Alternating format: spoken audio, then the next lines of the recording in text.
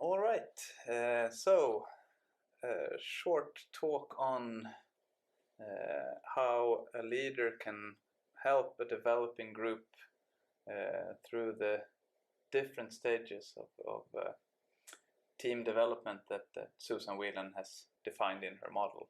Yeah. And of course, first of all, you need to understand in which phase your group is in order to sort of identify what does the group need right now, what stage are we really in. And if you're stuck with the stage 1 group, David, yeah. what do you need to do as a leader? Yeah, since this is a new group, they're new with each other, new in their task and their mission and their cooperation, creating a peace of mind through clarity and structure and what are we here to do, sort of satisfies the need to become secure in where am I, what am I doing here, what are we supposed to do together. Yeah. So you need to be satisfied that need of security and safety. Yeah, and this is also a stage, I would say, that everyone within the group, especially if it actually is a new group, everyone needs to really feel, as you're included, that you're a part of the group. And that's important, of course, as a leader to make sure that everyone feels included. You're a part of this group. Yes, and it's an important question to get an answer to: who belongs here, and who does not. Yes. And do I belong here, and do you belong here? Yeah. So who is included, and once we know that, to make everyone feel that. Yeah. And of course also to create some kind of basic structure. It can be when do we meet, how often do we meet, how long, what do we talk about. We become a group in meetings a lot in the beginning, especially since we don't have the rest of our cooperation in place. It's a lot about the meetings, I would say, in the beginning, but creating the basic structure for how we do what we do. Yeah. And also, of course, answering the question, why are we here? Why do we exist as a group? What is sort of what's our right to exist by working with what are our common goals? What is it that we're going to do together, and what are the expectations? What do I expect from you as members of this group, and what is it that you expect of me as a leader, and sort of reach an agreement when it comes to expectations. And also, since this is a new group, you can start the groundwork on the kind of climate in discussions and dialogue that you want for this group. So you have more influence over that in the beginning as a leader. So you can stimulate open discussions about values, what are our guidelines, how should we work together, how should we behave towards each other for this to be a good working relationship. Also talking about who does what tasks, when are we supposed to be finished with this, and so on and so on. So stimulate those open discussions, since people in the beginning aren't necessarily taking up a lot of space. They are still looking towards the leader. So you invite them in and work with the group in creating the discussions and dialogues where you actually get the benefit from being a group, so that group isn't the leader. So what you're doing as a leader in a stage 1 group is really setting sort of the environment, the common goals, the behaviors that you need to have in place to make this work. What do we expect from one another? And in order to stimulate this, feedback is an important aspect here. I mean, giving feedback, and in particular positive feedback, is always important, but perhaps very, very important if you have a stage 1 group. To give positive feedback when you see the behavior that you need to have in order to make this work, and also encourage participation. Mm-hmm. Yeah. And in this stage 1 phase, this stage of a new group, the leader is important for the group. In this stage, more than any other, the group will look towards the leader, so you need to step into the role, take the role of a leader and act accordingly. So, what if we have a stage 2 group?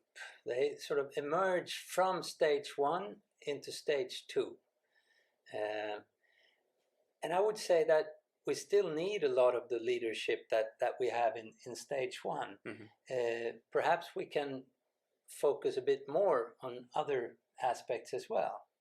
Yes, and I think since now the participants are the members of the group will take up more space and demand more space, you need to yield the floor a bit. Yeah. So you do the same things, but you invite the group even more to handle things and solve problems. And in that sense, you become more coaching than instructing. Yeah. In your leadership. If they want answers from you in the beginning, in this stage, it's more important to ask the right questions and help them answer them themselves. Yeah. I would say so. Coaching leadership to help the group develop the skills that the group need to handle its objectives and tasks and mission. But yeah, and I think what happens in a stage 2, that you've been together for a while, you start to recognize that a lot of the people within the group are different. They're contributing, but in different ways, and they may contribute in a way that one member think is not the way to contribute. So what you need to do as a leader is to acknowledge that we're different, and it's okay to be different. There will be different individuals, and we need to have a high level of acceptance and sort of acknowledging this. Yeah.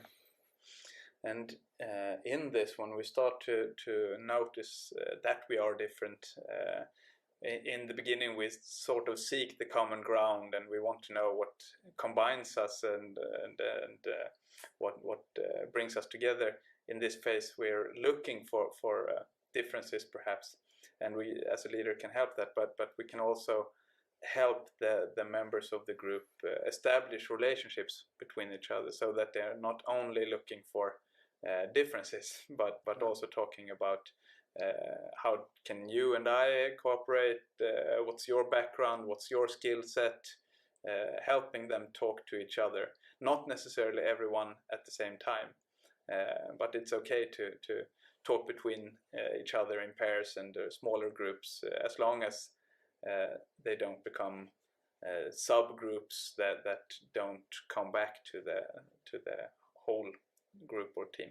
Yeah. And like you were talking about previously, David, it's also in this phase 2, you can sort of in a way take a step back as a leader. Not fully, but gradually sort of sharing what you would in a stage 1 group define as your responsibility. You can share this with the group members to a larger extent in a stage 2. But it is somewhat troublesome sometimes to be in a stage 2 group, isn't it? Yes. Since we start to seek the differences rather than the common ground, we will have more differences of opinion about how we're going to do things, who should be doing what, and so on. So conflicts and disagreements aren't unusual in this phase, and it's important to remember that that's not a personal reflection on me as a leader that we get these conflicts. It's a natural thing in a developing team or a developing group. Yeah. So the trick is not to take it personal. Yeah. As a leader, and don't become defensive in this. No.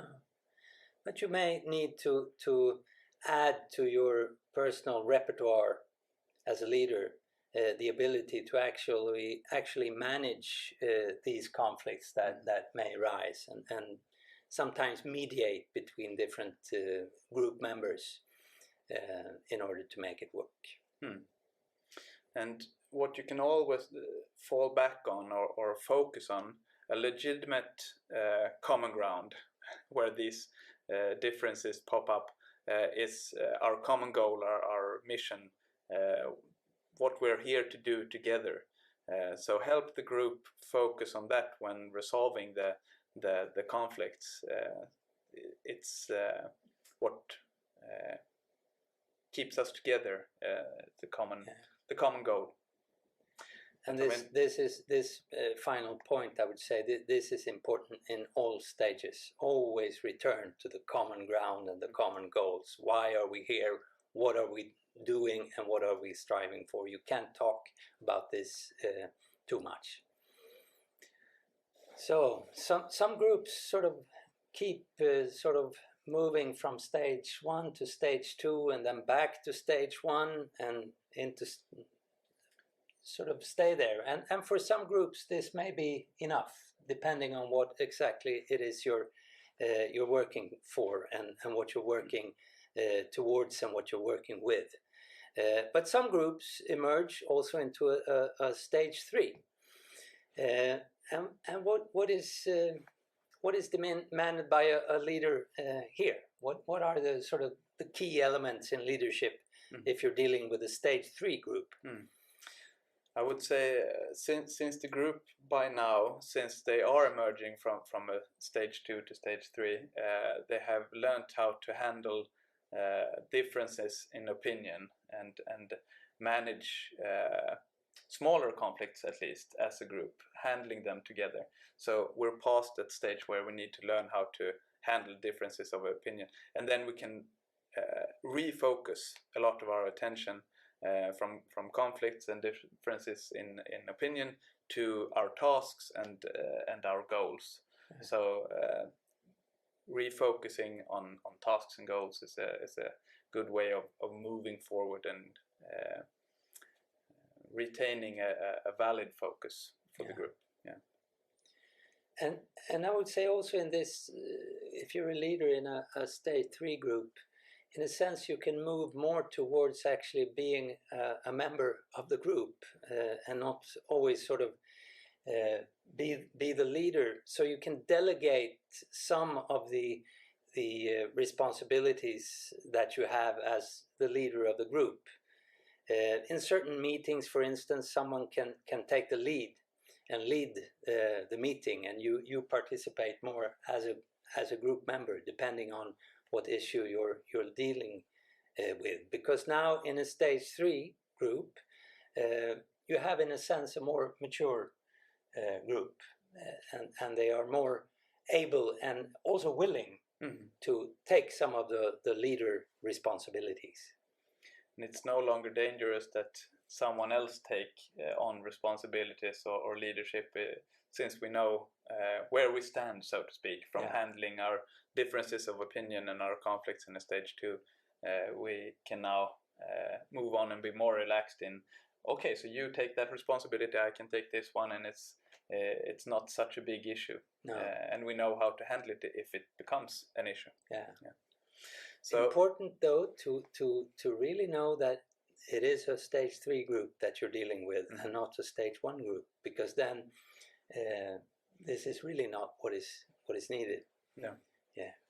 And when delegating, you can encourage the group members to take more responsibility and more accountability for their different responsibilities. So encourage group members to sort of step into their different expert roles or helping to lead the group as co-leaders and so on. So encouraging that is part of this stage leadership. And you can also start here with a stage three group, really looking at what you have so far, what you're moving towards, and how you're moving towards your goal, and actually start to look at perhaps needed change or creativity, and what we need to do what we are doing better. Yes. So you can focus more on change and creativity in order to enhance productivity. And in that sense, you become more of a consultant to the group, helping them to deal with their different tasks and how to do the things we are going to do. So you can point out, have you thought about this? Maybe this is an avenue you need to research. Is this something you have thought about? And come in with expert knowledge as a manager as well, or as a leader, and help by taking a more consultative role towards the group. Yeah. And here in a stage 2 group, the individual differences and the individual qualities often leads to conflicts. And here you can more focus on the individual differences as a comparative advantage, something that helps us move forward, helps us be creative, and helps us in order to address change issues and so on.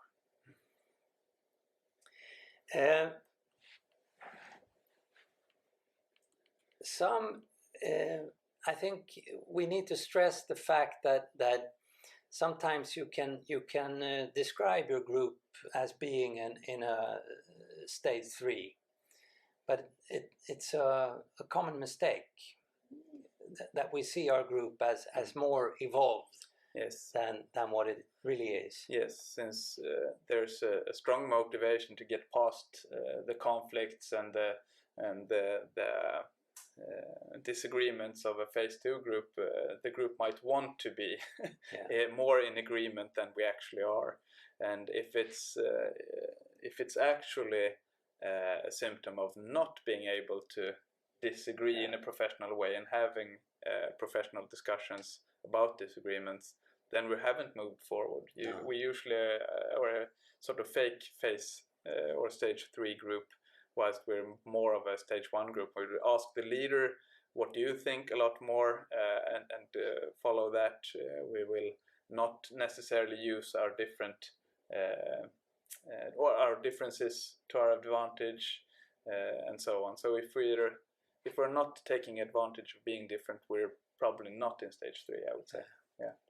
So try to have a clear and objective perspective when you sort of place your own group in a certain stage. Some groups evolve into a stage 4. Yes. And how common is that? It's not very common.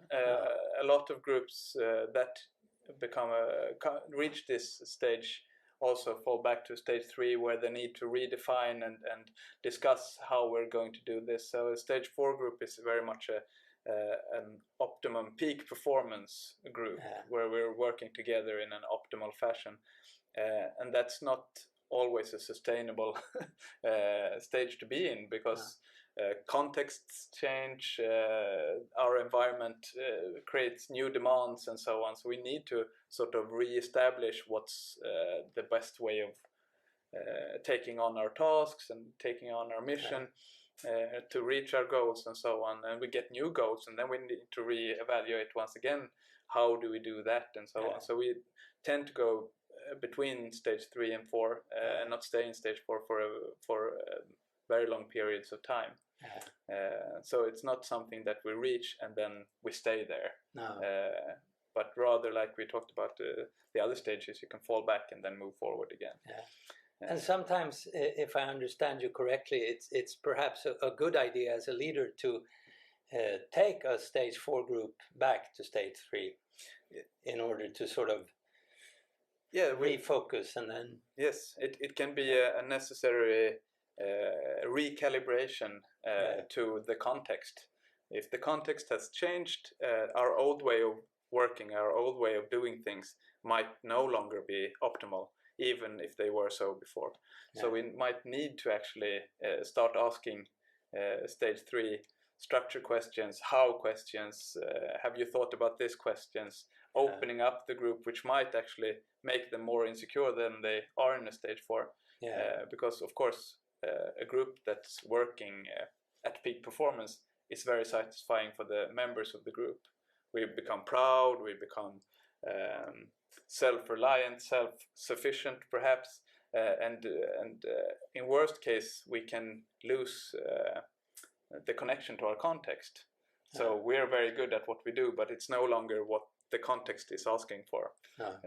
So we need to be aware in a stage 4 group that we're still in contact with our context and with our the people that we're doing the things we're doing for. Do they still want us to do it this way, or do we need to recalibrate? So as a group we have a function within the organizational context. Well, so if we are in these cases when we are actually in a stage 4, what's the role of the leader here? Well, one of the things is that we're very much in a situation where everyone practice a co-leadership. Everyone takes responsibility and provides ideas and helps out and work together. So as a leader, you're no longer as important in creating those things, since the group do it themselves. They take that responsibility, and then you can more step into an expert membership role, where you can say that, well, from this research or from my experience or from my connections, it might be that the most important contribution you do here is the connection to the outside, or connection to upper levels in the organization, and so on. And in that case, you're working more as an expert member of the group than a leader that's not as much part of the group. So you can delegate to a large extent in this phase, and also like you stated earlier, you constantly need sort of to challenge the group. Are we doing the right thing? Are we on the right track? Yes. Is this what the world outside of us, is this what they're asking for? Is this what they need?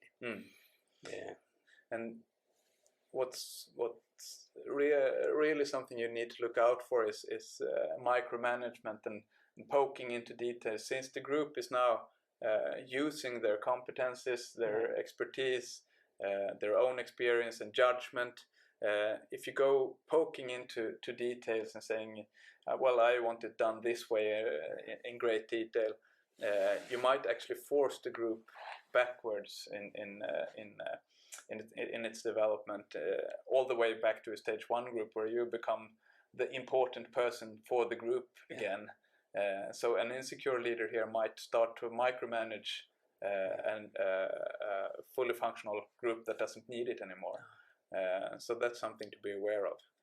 And instead you can read books about service management and actually interpreting the role of the leader as being a servant. That your main task in a stage 4 group is to facilitate the group members, to help them fly, in a sense. And an important contribution you can do as well, since the group is very much focused on its tasks and how to do that in an optimal way, you might start to ask questions not only about the context and what people want from us, but also start looking ahead. So what's around the corner? What's our next step? If we're doing this well, what's our next challenge? What's our long-term strategic goals? We're doing this very well. Okay, so what's the next step? And the final point, and it goes along with the headline, servant leadership, I think, that is facilitating the work by also ensuring that the group has necessary external support, that everything they need to be able to fly is there, and that is your task as a leader to make sure that all of these things are in place. And that can be both in terms of securing resources that we need to do what we do, and removing obstacles. And that might be unnecessary bureaucracy or goal conflicts with other groups, and so on and so on. Yeah. So ensuring necessary external support can come in different ways, but certainly it's needed, and it's not usually something that the typical group member will do, because they might not have the connections for it, the role for it, or is very much focused on the task at hand, and doing that in as good a way as possible. Yes. So those are a few handy tips for managing or leading a group in different stages of the Susan Whelan group development model. Just one more thing, I think. So actually defining and understanding where your group is of course a key element, and sometimes it can be hard to do this yourself.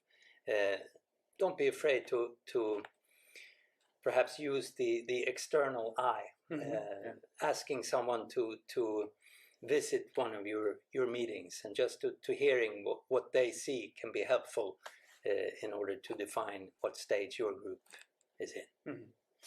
And this is actually also very helpful to prevent groupthink, which is a psychological phenomenon where we tend to agree with each other because, well, it's socially convenient, rather than it helps us with our work or our task.